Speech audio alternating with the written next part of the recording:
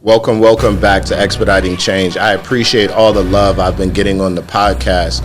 For me, Expediting Change in this podcast was really art for me. It was just me putting information out in the air, and the overwhelming response that I got was completely love. I sincerely appreciate it, and I'm going to continue doing it because we want equity now.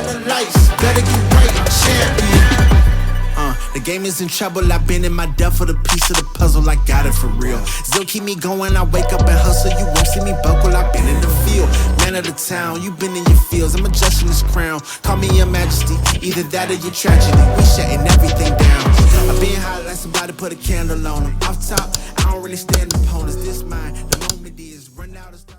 Welcome back to Expediting Change, another season. I think it's season 3, but you got to ask the boss, Dr. Chaku, and then Drew, who'll be holding it down. But you already know why we are here, especially in the days and times that we're in right now. Absolutely. We talk about expediting change exponentially because we're not comparing ourselves to anybody else except ourselves. Right. And tonight, today, this afternoon, this morning, this evening, I have a wonderful guest, a very special guest, all the way from Atlanta. So we're going to go and get right into it. Let's go. What's up? What's going on, bro? How you? I'm well. What's good with you? Oh, man, blessed. Blessed. Monday after Easter Monday. Hey, he rose. Look at me, man, jumping right into it, man. He But rose. let me allow sis to introduce herself. Absolutely. Okay, well, I am, other than being the sis of the Mr. Shamari James, I am Monica Hall, Dr. Mo, Principal Mo, as they call me, the founder, principal, and pastor at Thrive Christian Academy out of Atlanta, Georgia, Metro Atlanta, Georgia, and Tucker, Georgia. I'm a mother, I'm a wife, servant. Yeah. An entrepreneur, yeah. Education guru, as they say. Absolutely. Yeah. Absolutely. I'm going to get it right out right now. I came down to do some work. No, not I. We came down to do some work with Dr. Mo, and on the last day, man, I was crying like a baby, man. Let's get that right out the gate on Expediting Change. When I tell you the vibe, the feeling, the energy inside that school, and they say the speed of the leader is the speed of the team. I steal that from Dr. Cavey all the time. It was amazing. Bless you. Mo, it was amazing. Like, I got so many origin questions for you because I want to know your origin story. Yeah. But before I want to address that first. Like, how do you pump so much positive energy and love and put it into that environment? Because they say culture will kill anything else you put together if your culture is not solid. Absolutely. I think that part of being a cultivator of a culture that honors community, but also honors and offers reverence to God in a way where people can feel it. Absolutely. Where people walk away impacted, lives changed, and we translate it as positive vibes. But that's just the joy of the Lord. No doubt. And when you show up in a space and you start that space with your team every morning at 7:30, we in there 27 deep, praise reports, prayer requests, holding hands, snot and slinging snot, crying. That was me. Line everything before the altar. It's challenging not to have positive vibes if that's how you start your morning. Before any student steps foot on our campus, the faculty and staff, we're all gathered together in prayer every single day. And so when you catch us on a Friday like you did, and we start like that, and then we go straight into chapel, the student led, and it's kind of hard not to just go all in, especially on a Friday, and I think we underestimate the push that it takes. Not just for faculty and staff, but for students alike, whether it's the custodian or anyone. People are, we all have our stuff going on. So by the time you get to Friday, you're just relieved to be at the end of the week. But there is this concept of we want to be like the one leper that turned around and returned and said, thank you. So we have chapel on Fridays just to thank God that we made it to Friday, not because we're anticipating the weekend, but because we're truly grateful that we were kept Monday through Thursday. That's right. Yeah, we're taking that for granted. I love it. And I don't even I can't even express the gratitude, and you sum it up so well, but that's not an easy thing. Yeah, no, absolutely not. That's not an easy thing. I mean, it's not easy to have individuals who work for you and create a culture like that. Yeah. But also for the student body to buy into it as well. Like, give me the origin of how you were able to just bring everybody in, not just that day, Right. but to be able to follow that message and follow that from you. You know, an important aspect for me when I think expediting change, I'm always big on us literally being the change that we want to see. And so it's different than leading by example, because leading by example assumes some sort of authoritative posture that people are watching, but it's literally like in the times when no one's watching, you still got to be moving in the way that you expect everyone to move, because that's when eyes are on you, when you least expect it. And so part of setting that expectation for faculty, staff, and students is, number one, being present. Being present. Like, you have to be present to run your stuff, to run your business, to man the vision and the purpose and your calling, and be really intentional about the words that you choose, your word choice, your nonverbals, your mannerisms. And so I try to be the example of the expectation. And so I've gone to workshops, and I remember one time the presenter said, you need to inspect what you expect. Absolutely. That's an engineering principle. And I was like, I like that. And then for me, it goes beyond inspecting it, because it starts with me first. I'm going to be critical of me first. So now I'm gonna set the expectation via example. If you don't see me doing it, you shouldn't do it. Absolutely. And so my dad used to say, even when you're in the dark, somebody is looking. And that is even today, right? They saw me walk by the bus, but I didn't see them. So imagine if I was acting out. The story would have been totally different. Your brother was clowning. He was bugging out. Right. Cussing. So somebody is always watching. But that's part of it too, who you associate with. Because had you been bugging out, it would have made my students question my integrity. Because when you came to my school, I vouched for you as my brother. And so they know me that, like, if you rock with Principal Mo, you got to be moving a certain way, because she don't introduce us to a lot of people. You get what I'm saying? And I think that's part of it too, like protecting the culture, protecting your community. I don't let everybody in my building. I don't feel inclined. I don't feel inclined. I just don't feel inclined to let everybody. It's like, that's my house. I don't let everybody in my house either. I'm not gonna let you come in here around my kids or any of that. So if you're around my school, my students have the same. Whether they met you individually or not, when they saw you today, they automatically had an expectation of what to expect from you. Even if they had stepped off that bus, they would have expected Mr. Shamari is going to speak to us. He's going to recognize us because he knows Principal Mo. And the same vice versa, right? And I think that's part of protecting your culture, is protecting who you allow in your culture too. I love that. I love that. So I'm glad I wasn't out there acting up, because they did get on my nerves in the meeting a little bit. Me too. But, they probably caught me when I was going to get lunch. I was happy. You wasn't angry. You were on your way. The hangry was coming down. Yeah. But something that you said I want to tease out and talk about, because a lot of people don't necessarily want to get into this, believe this, understand this, respect this, but you said the business of school is a business. Oh, absolutely. Right? Like, so when you were thinking about this, talk to me about your journey. What led you to building this business? Man, I'm glad this is not a business etiquette podcast, because what I'm about to share would absolutely not be helpful for you. But we're talking about expediting change, and so my change story starts with obedience, and that's what's kept it well this long. Love it. I literally went to Howard. Shout out to the real HU. I went to Howard on an ROTC scholarship and an academic scholarship. When I graduated, I received a call to ministry, and so I went back to Atlanta to go to Emory to go to Candler School of Theology to get my Master's of Divinity. The plan was for me to get commissioned and to go and be on active duty chaplaincy. God changed the game completely. I ended up graduating a semester early, so then they had to shift my chaplain training day. My chaplain training was through everything off, so it pushed me into the reserves because there wasn't an active duty slot for me, but really it was just God being strategic. No doubt. I went into the reserves, came out of the reserves, and got married when I came back from training for the reserves. Got married, set up shop in Atlanta, opened a community center just to do ministry. The things I was doing one weekend a month with my soldiers, I just noticed there was a lot of young people coming into the military. They didn't have church homes, but they wanted their kids to be Christian. They wanted marriage counseling. They wanted all the services of a pastor and a chaplain, but on a full-time basis. So I opened a community center just to do that. And this is in Atlanta? This is in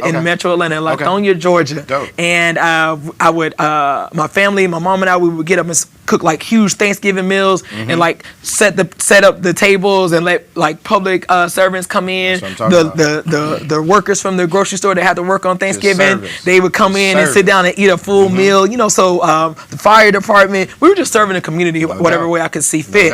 And after 2 years of doing that, God was just like, okay, we're gonna rock school. I was a youth pastor at the time, and I just wasn't interested, honestly. I was like, this is gonna be different, but I'm gonna be obedient. I bought a little banner on Vistaprint, put it up on.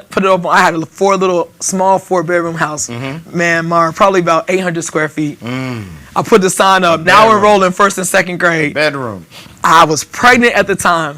Birthed my son on August the 18th. Started school exactly 2 weeks later to the day on September 3rd, which was a Tuesday. Had 2 first grade students and a 2-week-old. I brought them in, fed them, birthed them, lied them down, welcomed my 2 first grade students, and we started the morning with praise and worship. That lost about an hour. We just in there just having a good old time. Myself and 2 6-year-olds having a good old time. There were 2 babies from my church, so they already knew the expectation. You see my hands go up, put your hands up. You see me start running, you start running too. We're going to run out through this 800 square foot. By the time it was time for them to go to lunch, my son would wake up, I'd feed them, change them, burp them, put them back down, do 2 more hours with them. It was the end of the school day. Amazing. Their parents would pick them up, and that was the grind. Amazing. That was the grind. At the end of that first year, one of my students, Stacy Dennis, I gave both of them a brag book. So I had taught them. I mean, we ran through all the first grade curriculum stuff Rebecca put out. So then we ran through the 2nd grade stuff. So then we ran through the 3rd grade stuff. So by the time they took the nationally standardized test, they were testing at like 3rd grade level, writing fluently in cursive. So I gave them a brag book, and I took all samples of all their work, put it in a book with their test scores, gave it to their parents. So Stacy's mom posted hers on Facebook. A week later, someone's knocking on the door. I open the door. His kindergarten teacher is standing on my porch saying, I saw the brag book. I saw his test scores. I want to know what you did to get him from where he left me in kindergarten, because I know I'm bad, but I'm not that tough. By word of mouth advertising. Literally. No marketing budget. No, absolutely not. Word of mouth. She came and she said, we want to come work here. And I said, I don't know who he is. And I only have 2 first grade teachers and 1 second grader. I have 1 second grader that joined us last spring. And she said, if we come, the students will come. And I said, well, who is we? And she was like, the school we're at, they're reorganizing, restructuring. So it's actually myself. I teach kindergarten, the pre-K teacher, the kindergarten 3 teacher, and the first grade teacher. Next day they came back 4 deep. So your staffing came to you. Yes. Wow. Signed contracts before I even had students, before I even had a space to hold us. That's what I'm. So from the business perspective, how did they take a salary? Did they volunteer out the gate until you got more students? I just asked them what they were making, and they told me what they were making. And I said, okay, we're going to sign these contracts for what you're making right now, and we're just going to trust God with the rest. As you bring in, as the students come. Yeah, it was at the end of one school year. I didn't have any students yet. That's what I'm talking about. So that pushed it. That pushed me to, to build the website out, to do what my handbook had projected. I had wrote out a 5-year plan, and I just pushed it, man. The space became available. There was about 40,000 square feet, 3 stories. The pastor laughed me off the phone when I told him I had 2 first grade students and a 2nd grader, and we were interested in the property. And he was just like, what are y'all going to do with only 3 kids? I said, I don't know. We're just going to rotate from classroom to classroom every day if we want to, but I'm coming. And he said, why do you need 24 classrooms? I said, because this is the spot that God showed me. For sure. So this is where I'm coming. For sure. A classmate of mine, dear friend of mine that I graduated with, her and her father, gave me the first and last month rent. They believed in the vision. So you took that space. You did that. Okay, that space. The rest is history. And the wild thing is, God gave me the vision, not you. If I can afford it, why are you asking me these questions? Yeah. And we got scholars in the audience right now while we taping, so I'm not gonna swear. Yeah, for sure. But I didn't have that confidence yet. I had confidence that God honors obedience. Absolutely. Right? But so I didn't have confidence to say to him, money talks, don't worry about that. No doubt. Because I didn't understand the culture that honors money over vision. No doubt. Absolutely. Yeah, so that was new for me. Absolutely. That was new for me. That's a great. I grew up in say a that household. one more time, because that's the first time I ever even heard that distinction. Say that one more time for the viewers. Generally speaking, like, we live in a world that honors money over vision. Like, can you, what do we say? Put your money where your mouth is, right? Well, what if my mouth is talking and I'm telling you this is the vision? Really, the vision should precede the money. I don't put my money anywhere that God doesn't tell me to. Absolutely. But that's not generally speaking, that's not a business practice that's well put out, right? Man, listen, Drew is gonna have that clip over. We gonna run that clip about 100 times. Put your money where your mouth is, but the vision should come first. Absolutely. I love that, sis. Absolutely. I absolutely Yeah, if I love don't that. believe in it, I'm not investing in it. Absolutely. Yeah, and we don't say that enough. Yeah, and I trusted God more than I was dependent on the resources of people. For sure. So to me, I didn't hear it that way then. For sure. I was just young, being obedient, Yeah. blindly, Right. which was probably better. Definition better. of faith. Definition of faith. Which was literally better. You know, Mm-hmm. it was what was best for me. So now you have the teachers. For sure. You've got the space. Sure. When and how do students start trickling in? You know, biblically, cool thing about Noah building the ark, scholars estimate it took like almost 40 years. Some people say 50 years. Mm-hmm. But when it was time, the animals came. Absolutely. He didn't go get them. Absolutely. Like God put a divine migration in a female. Out of all the elephants in the world, he chose one female and one male, put a divine migration instinct in them, and ta-da, they showed up when the time was right. Yeah, man. Yeah, man. I couldn't afford marketing. I only had 3 kids. No doubt. And I had 5 teachers. By that point, I had 5 teachers on No contracts that I didn't know how I was going to pay. No doubt. No. I just showed up, gave the pastor the first month, gave him the last month, got the keys, opened the door, started decorating. Absolutely. And we got to go. And on the first day of school, we had 56 students. That's what I'm talking about. We grew to about 85 within the first 30 days of people finding out we were in that neighborhood. Yeah. And it's been on and popping since then, man. Fire. How, if you could think back to that younger self. Yes. You walk by faith, but how did you feel back then in that space? You felt like you were doing the right thing. Absolutely. But the blessings just kept coming. For sure. So like what did you feel when you put up that space, had those teachers, 50 times the number of students when you walked into that building? I felt confirmation. I felt confirmation. It's not what I went to school to do. You know, I went to Howard. I earned dual degrees a semester early from Howard. I love school, man. Yeah. Political science, sociology. Yeah. Totally different than what I set out to do. Absolutely. You know, totally different than what I thought. Than Army chaplaincy, but very much the same. I wanted to be a superior court judge, but now I'm an investigator with teenagers. Say that one more time. Okay, I would be the best judge ever in life. Right. You work with young people long enough. You know truth from lies. You know all the mannerisms, right? But I felt confirmation. I felt, even though the attacks were coming, because we're an all-black school in a predominantly Caucasian county. There's 4 other private schools within a 10-mile shot of our front door. Their African-American families are migrating to our school, so everyone's trying to figure out who's the new kid on the block. We've never heard of her. What do you mean she only had 2 students last year? How is she taking our students if she only had 2 students? But word of mouth travels fast, man. Absolutely. Good news travels fast. Absolutely. Good news travels fast. We've never had a billboard.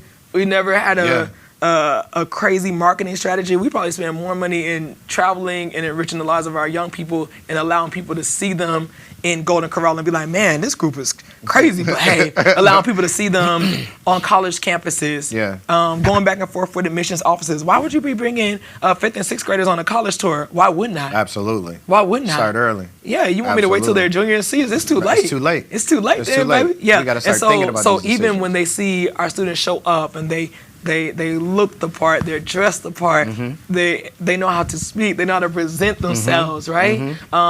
That's how we recruit. That's dope. My students are my recruiters. Love it. They're the advertisement. Absolutely. And if they're not representing us well, then we don't deserve to have you come invest in my school. You know what I'm saying? And you walk in by faith with the love of what you want to do, and they looking at it, not the students, the others, from the perspective of hating because they believe you pulling from them. I'm not pulling from you. It was tough. You're lacking. It was tough. You're lacking. They only leaving because you're lacking. Yeah. How did you deal with that? It was tough. It was tough. A lot of it, I dealt with in silence because when you're moving in faith, the last thing you want to do is give people a reason to doubt. For sure. So you have to show up confident every day, even when you're scared on the inside. Absolutely. Even when you're like, okay, now somebody reported us to zoning. They said the building's not zoned properly. I didn't know that. Yeah. I just rented it. Absolutely. They listed it as a school. I didn't know. Absolutely. So I'm standing in front of Absolutely. judges, 27 years old. Yeah. And I'm just like, I didn't know. Absolutely. The listing said school property for lease. I should be able I to didn't put know a it wasn't school zoned inside of right. it. Right. There's been schools there before. Right. Oh yeah, but none of them were reported. What? But I guess no one saw them as competition. Mm-hmm. And what happened was the challenge came, but also the confirmation came. Absolutely. That like, oh, you a force. Absolutely. Because they wouldn't be worried about you. Absolutely. Yeah, they wouldn't be worried about you Absolutely. if they didn't feel a threat. So on the flip side of that became just more confirmation. Absolutely. Like you got to be doing something Absolutely. right. Plus, it's the learning lesson. Yeah. So you actually hated on me, which put me in a space I didn't necessarily had want to to be learn. in. Yeah. Where I had to learn a new skill, bro. Absolutely. Because so now Well, when I I'm move nice forward, I'm checking zoning. Now I'm nice. Now I do consulting. Exactly. Now I do Here's consulting. what All you you did can was look give me at. something else to do. You put a tool in my tool You belt. put tools in my trying tool to belt. hate on me, put Yes. a tool in my tool belt. Absolutely, Oh my bro. goodness. Absolutely. Before I get to present day, For sure. did you start a book yet? Yes, I have officially started it. Okay. Now, when you can expect And it, I didn't even know that. I Y'all, don't this is not a plug. This was just listening. I have to have it done by the 1st of July because I Okay. got some workshops that I'm booked for that I'm supposed sure. to present it at. For sure. So if nothing else, catch me before the 1st of July. It'll be ready. Yeah, man. You gotta get it out, Yeah. Queen. Yeah. You gotta get that out. Yeah. And I don't think I've ever asked you that. No, you haven't. It literally spirit hit me to ask you that just now. Yeah, it's another Just push. now. It's a push. Yeah, it means something. And then I'm gonna be texting you. Hey, Hey, friend. so what's going hey, on? Sis, where's my copy, sis? I got Where's you. my copy? I got you. So talk to me about present day. 'Cause Present your day. campus is beautiful. Your Bless students you. are beautiful. Your staff is beautiful. It is just, you have an amazing campus. Bless you, Talk man. to me about So we're rocking about it just depends on how parents are feeling that week. Yeah. We generally rocking pretty much between 250 and 300 K through 12 students. Yeah. We have a prep academy Nice. that rocks out. We have a fully accredited kindergarten 3 class, 1 and Nice. 2 in the state of Georgia. Nice. Fully accredited with quality pre-K through 12th grade Talk your class. stats. We'll talk And your so, stats. it's been fun, man. Most recently, 2 weeks ago, we have the top middle school UGA microbiology state champ Talking about. representing our Thrive Christian Academy. Congratulations. So it seems like God's just blessing wherever we show Absolutely. up. That was our first year competing in that particular competition statewide, and we went and won. So it's over with. Anytime we show up and win, That's what I'm talking about. prepare to get sick of us, baby. Prepare to get sick of us, And so God has been faithful, Yeah. and the resources have come after much diligence and much patience. Yeah, much patience, bro.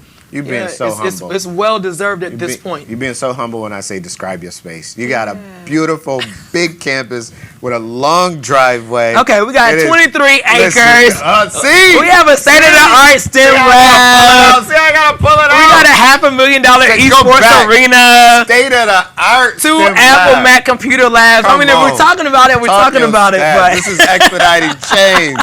When I walked into the STEM lab, yeah, I have a degree in engineering. wow, I said, I could stay here. This is dope. wow. But then I walked into the sports lab and was like, well, wait, now I got to decide Now I which gotta- one now I gotta figure out where I which wanna one get I at. want to be Yes, in. yes. And then I walked into the broadcast studio, and that was sweet. Like, Yeah, but we have to have pockets that attract absolutely.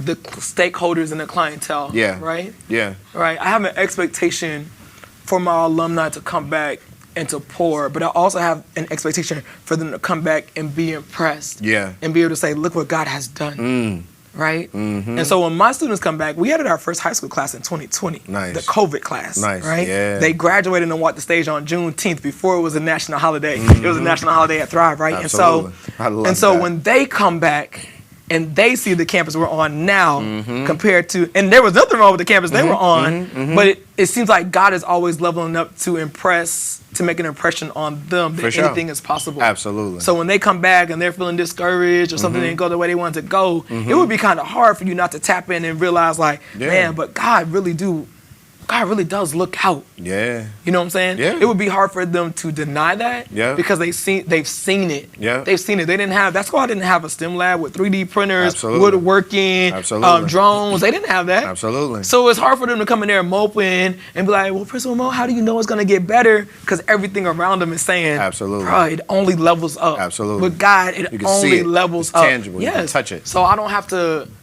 I don't have to work so hard. Yeah. I don't have to work so hard to make them believers. Like they've seen it with their own eyes. And they could be your mouthpiece and support and that word of mouth. But then they come back and tell my students now, because my students that come now, they think that it's always been that way. Yeah. So when they come and we do the lunches and the luncheon chats, and they're just like, let me this cafeteria table y'all at? Nah, we didn't have any of this. Absolutely. We didn't have any of this, but we've always had enrichment trips. For sure. Like the things that are the cornerstones and the pillars of Thrive, we've always had. We've always had enrichment trips, STEM lab or not. We've always traveled. We've always been big on exposing our students. We've always invited professionals in to try to present what they do, just to give our students, just to get their mind thinking forward. Like, man, this is just this is like the pre-law. Like, For sure. bro, like you haven't even began to tap into what God expects from you when you're in school. Absolutely. So enjoy this time, but we also want to expose you so that your brain starts thinking forward. Absolutely. Like, what do you want to do? And it's all about exposure. Yeah. Like you said, why not a 5th and 6th grade? As long as I'm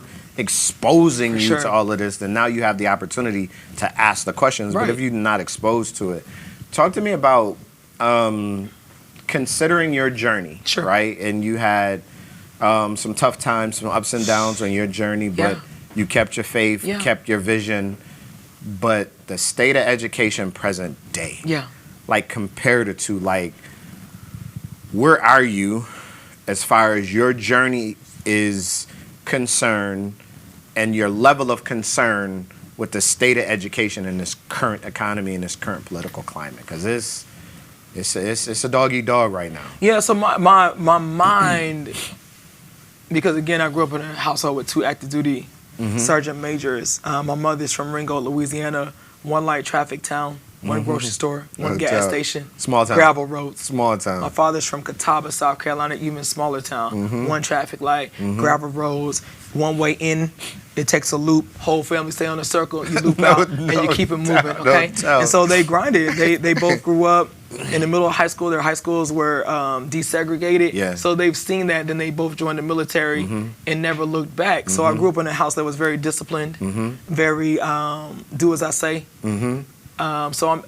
So being obedient comes natural to me because I grew up in a house where there wasn't negotiation. This before social emotional learning. Yeah. I know that's not politically right, but this before that, right? And so my household was never a household that accepted excuses. It was either you're excellent or we're not coming. Absolutely. Well, you want us to come to the basketball game and you sit on the sideline? Right. Oh no, that's crazy. Right. We worked all day. Absolutely. We don't have time for that. Absolutely. Yeah. And so excellence has always been excellence has always been the expectation. So when it comes down to education, because I expect for it to be excellent, like I just don't get caught up in the nuances. Doesn't even like matter. I'm just gonna be excellent over here in my pocket. I'm insulated. And God's gonna put me in positions to demonstrate that excellence and to draw people into it. And then we'll be the change agents that we want to see. It's challenging to set the rules of a game from the outside. Absolutely. So I know how to play by the rules. Yeah. I know how to follow the rules to get in the door. Yeah. And then get up in there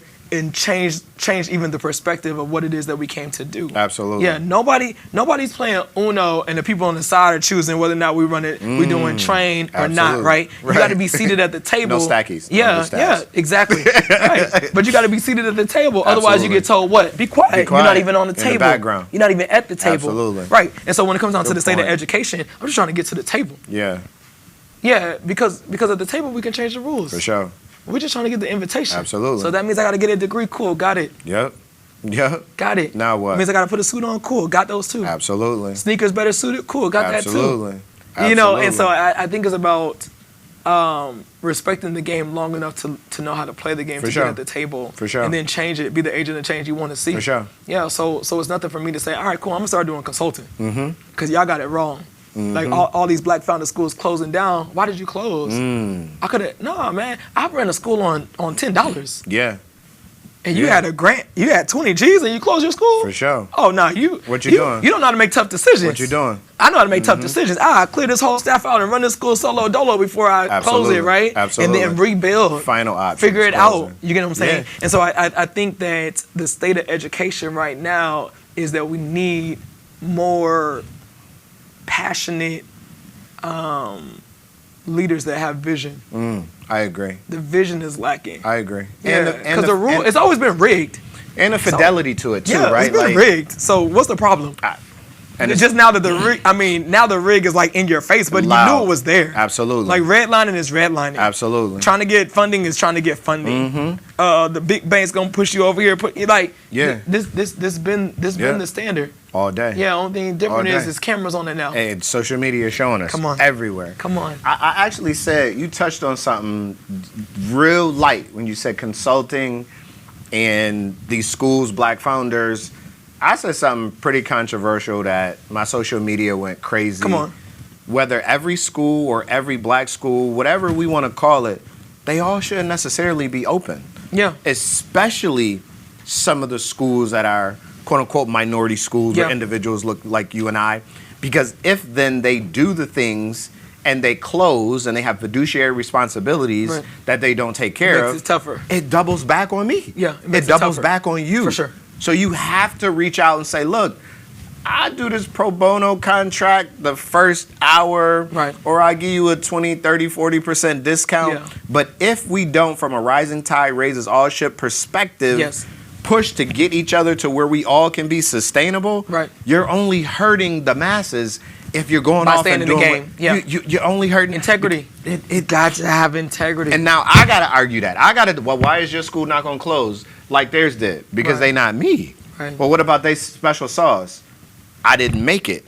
You know what I mean? So we have to hold each other even at a higher level of accountability between each other before all of the madness takes humility, bro. Yeah, Thrive is an acronym, so the H is for humility and the I is for integrity, and we lack it. Yeah, the idea that I'm allowed to hold you accountable is so challenging in 2025, but it's in the book, it's in the Bible. Better is it for two to travel together so that when one falls, the other can help them. You think they just helping them, or you think they like, hey, bro, let me tell you how you tripped in the first place? Yeah. So I think accountability is very accurate because we all, whether we want to or not, man, they see me, they see you. Yeah, absolutely. Regardless of all of our differences. Yeah, but it's like anything else. When you let somebody borrow something or you send somebody into the store and you say, hey, get that, don't ruin my rapport I have with that person. It's the exact same thing with any other industry, right? Yeah. So we're okay with it as long as we profit from it, but we don't want to be held accountable for the interference or the difficulty that we ran in a relationship. Then now it's causing you an inconvenience. And then when you call me to hold me accountable on it, then I point the finger to blame somewhere else. Oh, well, the system. Well, no, you shouldn't have mishandled it because I had opened that door. I had pried that door open. Yeah, and I think people miss that. I agree. I think you gave me the compliment, but you do the same thing. We make it look easier than what it was. And because we don't look like what we've been through and we don't have the spaces to share our stories intimately where people will respect it, then people assume it came to you light, so they don't carry the weight of it when you give them the referral. But if you knew what it took for me to get in that room, you would have handled the seat at the table differently. Love that. Drew, we playing that back too. we clipping this, Drew, man. Clip after clip after clip. And I'm not talking about weapons. Yes. I'm talking about video clips, all right? Those are called magazines anyway. Yes. No, that's 100%. Yeah.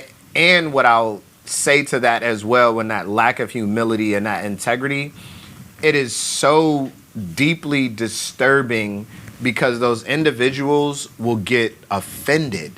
As if, hey, I know what I'm doing, but you may not know everything and all of the facets and all of the levels of details. I was explaining to somebody the other day, I was having a conversation, and as good as we've done and blessed as we've been in this process over our 5-year journey, I don't have an endowment. We don't have an endowment at Legends or Equity Now. I spoke to somebody the other day. They've been in business for 10 years, 5 more than us, and they have a $65 million endowment. So you know what that means, sis? I need to learn how to do endowments. We need to figure out, you, me, and all of us. You know what I'm saying? And I'm humble enough to say that. And I'm humble enough to be prepared. And I don't know... and I'm the last person who calls himself humble, but I know when to be humble, and God will humble me in certain times and spaces. But I think a lot of individuals, I think we struggle at times because that lack of humility, and this is what I don't know. Either I'm embarrassed so I don't say anything about it, or my pride doesn't allow me to say anything. Yeah, and I think we have a misperception of what humility looks like. I think you're a very humble person, but humility doesn't mean that I'm not confident. No doubt. You know what I'm saying? Like, you're clear on who you are and what you bring to the table. Like, humility doesn't mean homely. No doubt. Like, you can drive a nice car and be humble. No doubt. You get what I'm saying? No doubt. Like that's not the criteria that's being set. So I experience you to be humble, but people expect if you're humble that you look a certain way, you move a certain way, you walk slouch. You could be I'm a confident person. I'm just as confident as you. And listen, if I don't know it, I just don't know it. Absolutely. Like I'm here to learn. If I'm here to learn, I'm going to say that. All day. If I need help, I'm going to say that. Hey, bro, I need your help. But I also know what I bring to the table, right? And so this is not my thing. Like funding, all that kind of stuff may not be my thing, but curriculum, instruction, culture, community, cultivating culture, helping people make tough decisions, how to establish a brand worth marketing, right? You're gonna have to see somebody else for the marketing part, but I can come in there and get you right. No, I can come in there and get your team right too, right? And so I think people just gotta know, like it's easy for me to be humble in things I don't know, because I'm the subject matter expert in what I do know. There's some things that you just can't touch me in. So let's pull on that, give you an opportunity to talk about consulting. So talk to me about consulting, how you want to get into consulting, how your consulting business is going, what you're doing in consulting, how can I hire you, talk about the consulting. So let me tell you, I kind of fell into that. So the issue with the consulting company is that I do it all the time in general conversation. So I'm trying to figure out which pockets of it, how do you quantify your intellectual property? That's right. Especially when the intellectual property came through adversity and either adversity or just God sent wisdom. Had this conversation on Saturday. Go ahead. Keep going. So that's my dilemma. So I have the site, but I haven't promoted it. I have the plans and what I want to offer, but I don't know how to monetize it. Right? Listen. And so I have to be humble enough to say, hey, Shamari, can you put some prices on this for me? Because I know you know the market. Right? Right. And so I think that's part of it. You know, I wasn't big on WWE growing up, but growing up overseas, we only had AFN, Armed Forces Network. So there was so WWE used to come on, and then they started doing like the where you would pass the baton and you could tag someone else into the ring and you could come out. And I think we missed that. We missed that in the culture of education and entrepreneurship in general. Like, bro, it's just some things I'm gonna have to tag you in on. So I know what I can offer. I know I can go into any school, rebrand it, rebuild it, set it up to be successful for the next 15, 20 years. But I also know that I gotta tag people in for other parts of it. And what happens is, for some reason in our culture, when we start tagging people in, they have to take onus. Their name has to be on it. I'm just not built that way, man. I just want to see it do well. I just want to see individuals do well. And I can speak from experience that young Shamari was that person. Like, nah, if I come in here, then I need my name there, and there. 47-year-old Shamari, I'm going to say 35-year-old Shamari. Look, as long as you do good and we can make some money too, that's definitely a plus. I don't need it. We're not worried about it. I actually Saturday, I heard a really good, when you start talking about framing it from a consulting perspective, somebody said, I'm sorry, somebody said I'm not giving you your credit, so don't yell at me. But you can, for more comments and subscribe, go ahead and yell at me on YouTube when you look at Expediting Change. They said, don't say, pick my brain, pay my pockets. Wow. I said, I love that. Because individuals would be like, hey, Dr. Mo, let me pick your brain. Let me pick your brain. Cool. Yes. For how long? Because instead of picking my brain, pay my pockets. So when we get into that space where I am not just having a conversation with you, but now I'm coaching you, we got to slow down on this conversation. I need you to hit Dr. Kervay. And I think that's part of it. Absolutely. That because the growth has been so exponential and has been a godsend. And it's like, I know what I paid for it, but it wasn't monetary. I know what my children sacrificed for it. I know what it's like to be the custodian, be the bus driver, be the before school care and after school care worker, because you can't afford to pay anyone else to do it, but you got to offer the service to keep the doors open. Absolutely. And so it's challenging for me to quantify what it would have cost someone else, right? And so that's part of the dilemma. That's that. To say, because I'm confident in who God is and I'm confident in what God has done. And that doesn't necessarily translate to I'm confident that you see value to the point where you would put money behind it. For sure. I talked to, so I'm going home, I'm going to Buffalo, I'm doing this event, I'm keynote speaker.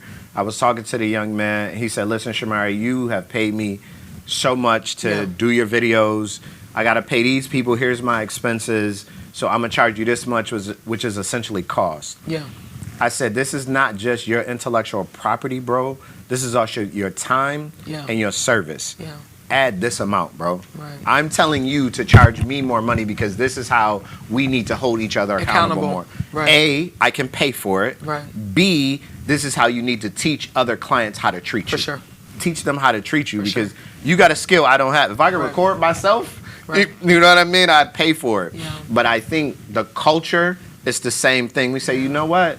I got this from the streets. I got this the hard. How do I charge somebody for it? That's your intellectual property, Yes. Dr. Mo. That's your secret sauce. That's your specialty. That's all. You got it. You know what? And that's fair. That's fair. But I think part of it is that we are our own problem. Oh yeah, we stand in our own way. Like, I have colleagues that bring their whole teams to Atlanta to visit a particular school that is not black owned, but has all minority population, and they will pay $2,000, $3,000, $4,000 to go to this particular man's school, and I'm just like, you could have came over here and we would have lied out the hospitality for you just on the strength of you look like us, and your kids look like us, and it would have been an authentic experience, and we would have charged you half of that. And people think because, like, it's the saying, the adage that my parents say, you get what you pay for. And so because it's like a conundrum, because if we put the price tag on it that it should be to quantify the value of it, then people are like, oh, why are they charging that? But no one's questioning why he's challenging that. Nobody's negotiating why he's challenging that. Absolutely. Right? Like, you just pay it because he it. fits what you think success looks Absolutely. like. But really, the success is over here, Absolutely. right? Check my numbers. Yeah. So it's almost like you get what you pay for, but then we don't. For me, the challenge is I don't want the price point to be so high that the population that I'm trying to target can't afford it. Absolutely. Yeah. So there's the conundrum. I respect that. That's one of the main reasons we went charter. Okay. Because we knew specifically for this area that if we opened up private, it would clear out a whole demographic. Absolutely. And we said, let's go public, and we know what we're going to deal with being a public charter school. But we said, listen, just based off that point, come one, come all. Come on in here, it's already paid for. Right. And that is no knock to any private schools anywhere in the world. No, I'll speak for all private schools. We're not taking it that way. You know what I'm saying? Yeah, no, but I hear what you're saying. You know what I mean? We didn't want to price folks out. Well, yeah. You know, and in this market, to open up a private school in this market, I mean, the DMV area is a bubble. Yeah. You're not getting a facility under $10 million and renovating it for another $5 or $10 million. Yeah. That makes tuition for me $30,000. No, let's go charter public school. But I got off on my charter school. I got you. We're gonna double back. We're gonna schedule some time. Yes. And we getting them prices locked in. Yeah. The very last thing before we get to the expediting change piece, like, what does your ideal state look like for you? Ideal as far state. As education? Yeah. For your school, for your next season, for your next move, where do you want to be? My aspiration is to, literally expedite change in the K-12 environment to the point where it just puts me out of business, where there's not a necessity for us to found our own schools out of necessity. Changing the game. Like, I'd rather, if I found a school, I want it to be because it's just something I feel led to do. For sure. Not because if I don't, nobody else will. For sure. Not because if I don't, they're not going to make it out. Not because if I don't, I just don't trust the school that's around the corner. Absolutely. You know what I'm saying? Like, there's HBCUs all throughout the United States of America educating the upcoming teachers, right? And those teachers are generally speaking funneling into public school settings for what? Because there's opportunities to pay your loans off, et cetera, et cetera. The benefits are there. You need that. A lot of times private schools can't offer those to you. You're a new teacher. You're fresh out the bag. You're going into some sort of certification program at the state. So it forces you into the public school system for me to come and pull the best and brightest out of it and leave you discouraged in the classroom. No, I'd rather we just fix what's broken. Yeah. I'd rather we fix what's broken. Yeah. And then we become the consultants for the Department of Education. We become the consultants for the board, the local superintendents and the boards and all the things, right? Instead of being the alternative. Yes. Do you understand? But see, I'm a push back slightly, positively. For sure. I don't think you fixing what's broken. I think you blew it up. Yeah. You blew it up and created a new. Yeah. Because what you're doing, the problems that were so hyper focused on. Come on. We already know, right? Yeah. So but it's not that hard. It's not that hard to close the achievement gap if you want to do it. Boom, I'm doing it this way. If you want to do it. You built a new. Yeah, we just have to do it different. Built a new. Yeah. We got to do it like this. Yeah. And you have the staff and the students and the facility that supports that claim. Correct. That supports that claim. With less. Mm-hmm. So I want it to be a situation that if she can do With that with less. if she can do that with those few dollars over Absolutely. there, then, hey, let's call her, him, her, and let's put them on our board of education. Absolutely. And let them go. Give them permission. Let them run take through the it. chains off and say, do what needs to happen. Absolutely. Do what needs to happen Absolutely. to fix Absolutely. this system that If that you is are broken. serious about For sure. it. If you are serious Yeah. about it. Yeah. Because your school is an example of Yeah. what success looks Give me like. 30 days. Give me 30 Let me days, at it. baby. We change. Let me at it. Yeah. And I'll sign the contract. You ain't even got to pay me in the Give me first 30 days. Yeah. But I'm going to blow this thing up. Absolutely. So Absolutely. Expediting Change, I talked to my guests for like 30 minutes, 40 minutes. Let them tell a whole story, get it all out. For sure. And then I asked my last question, and folks look at me like, what you mean? What am I doing? I just told you what I was doing to Expedite Change. Yeah. Give me your thoughts when I ask you the question, what are you doing in the present day to expedite change?